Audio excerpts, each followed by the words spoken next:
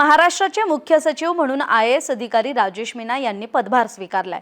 महाराष्ट्राच्या प्रशासकीय सेवेतील हे सर्वोच्च पद आहे आणि या पदावर काम करण्याची प्रत्येक IAS अधिकाऱ्याची इच्छा असते।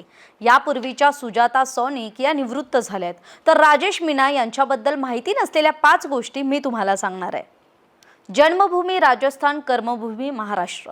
राजेश मीना हे मूळचे राजस्थानमधल्या सवाई माधोपूरचे आणि सामान्य कुटुंबातून आलेत। महाराष्ट्रातल्या अनेक जिल्ह्यात त्यांनी जिल्हाधिकारी आणि मंत्रालयातही विविध पदांवर काम केलंय। राजेश मीना हे माजी केंद्रीय मंत्री आणि भाजप नेत्या जसकौर मीना यांचे जावई आहेत। त्यांची मुलगी अर्चना मीना यांच्याशी त्यांचा विवाह झाला होता। राजेश मीना यांच्या पत्नी अर्चना मीना या हॉटेल व्यावसायिक आहेत, तसेच समाजसेवेतही त्या अग्रेसर असतात। राजेश मीना हे अत्यंत निश्चयी म्हणून ओळखले जातात। त्यांनी घेतलेला निर्णय ते सहजासहजी बदलत नाहीत।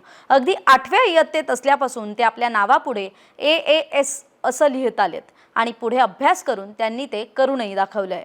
राजेश मीना यांना सचिव पदासाठी कमी कालावधी मिळणार आहे। ते केवळ 61 दिवस या पदावर काम करणार असून ऑगस्टमध्ये निवृत्त होणार आहेत।